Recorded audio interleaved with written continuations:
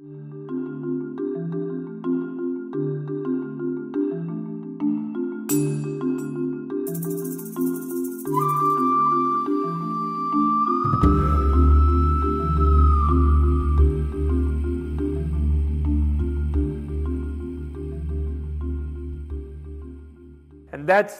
then the whole thing about, you see, like when you become a monk or a nun in a Buddhist country, is you're not punishing yourself at all. You're rewarding yourself. And the society is intelligent enough to reward you because why? You realize that, wow, I am, the event that is me is this fantastic process capable of achieving permanent and total happiness. And in the Theravada, you don't really add too much and then helping all others to achieve it. You just say, and then at least not harming anybody else, and being completely free, setting an example of others to be free, maybe sharing that ability or knowledge with others.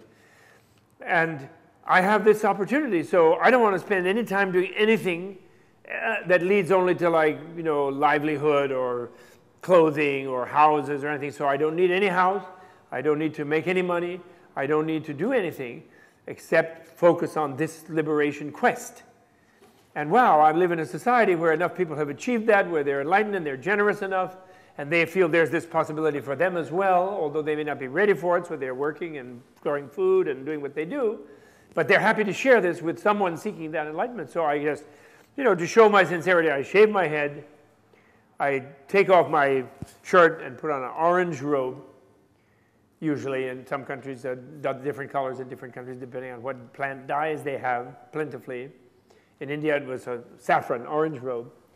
And I go and I go get free lunch from all the happy people who are happy to give it to me. Because they see, at least I can't quite use my precious human life in that living because I've got these children, I have these duties, I have this thing, and I have to work. But I'm growing things and earning things. But I have something to help you do that. And then I make it with the prayer that in the future I'll be able to become enlightened too. And I hope you get enlightened soon. And also, I just like you because we like someone, because we are like total slaves, you know. We're slaves. I can't tell you my day. I had like 19 meetings today. Faculty, administration, students, classes, phone calls, asylum cases, some poor Tibetan trapped in Elizabeth, New Jersey, you know, having to talk to him and prove to the judge that he comes from Tibet and all this kind of thing. I mean, all day long. I'm a slave.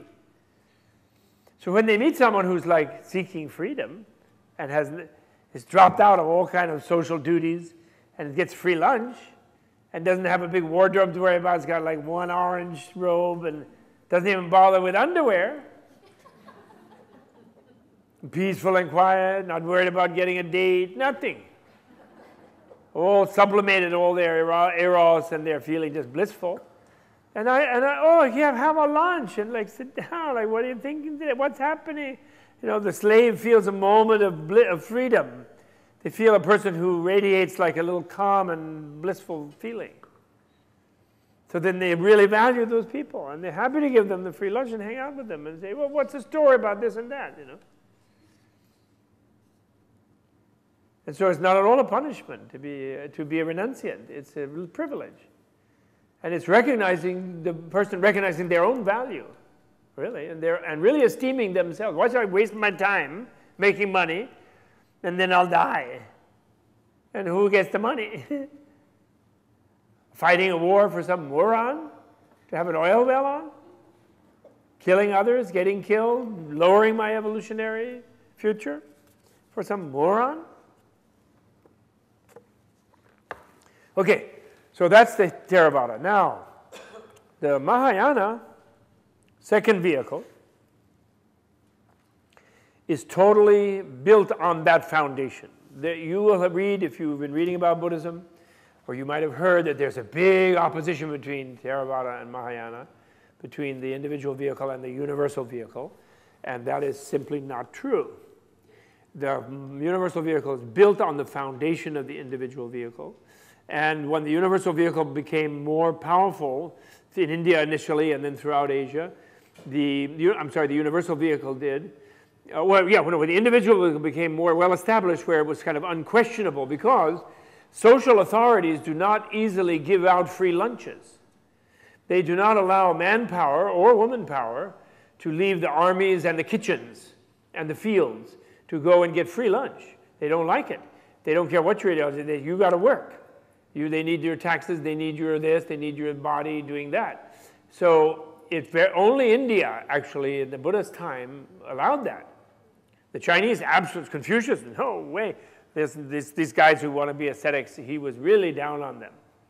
And in West Asia, the time of, no, they had no such thing.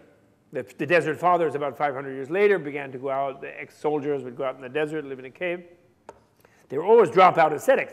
But an institution for dropouts and a free lunch, nowhere except in India, because India was richest place, by far richest. That's really the reason. It isn't anything special.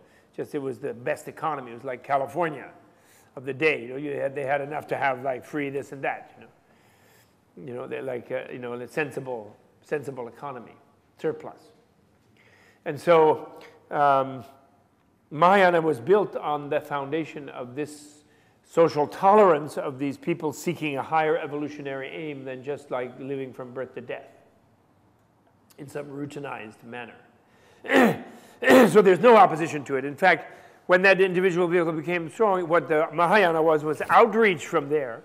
It was going to people who were caught in the lay life and the lay responsibility, and who therefore were slaves, but helping them to combine with their wage slavery or their social, obligation slavery, whatever it was, combine some evolutionary development, without having to go all the way to the renunciant life, because for some reason or another they couldn't do it.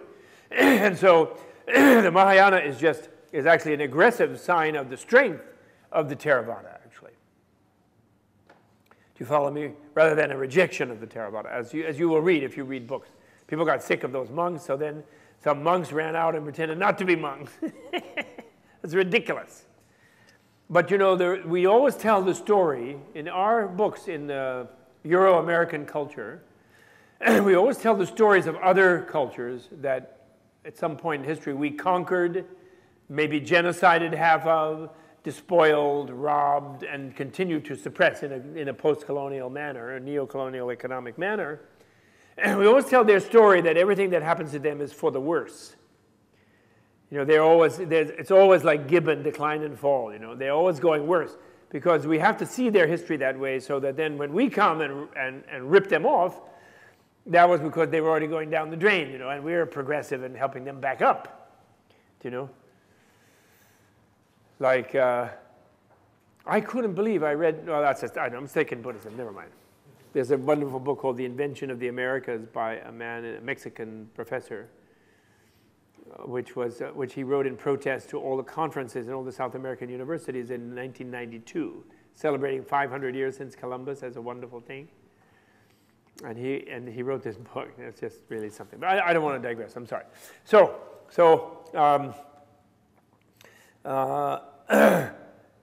The universal vehicle is based on having achieved some degree of transcendence, and then by transcending and therefore some degree of relief and happiness, feeling like some kind of amazing inner peace, feeling, you think, they thought, those arhats, that they were going to just flip out of the world and get to nirvana at some other place, and then they'd be in some permanent like stasis of bliss or something like that, they thought.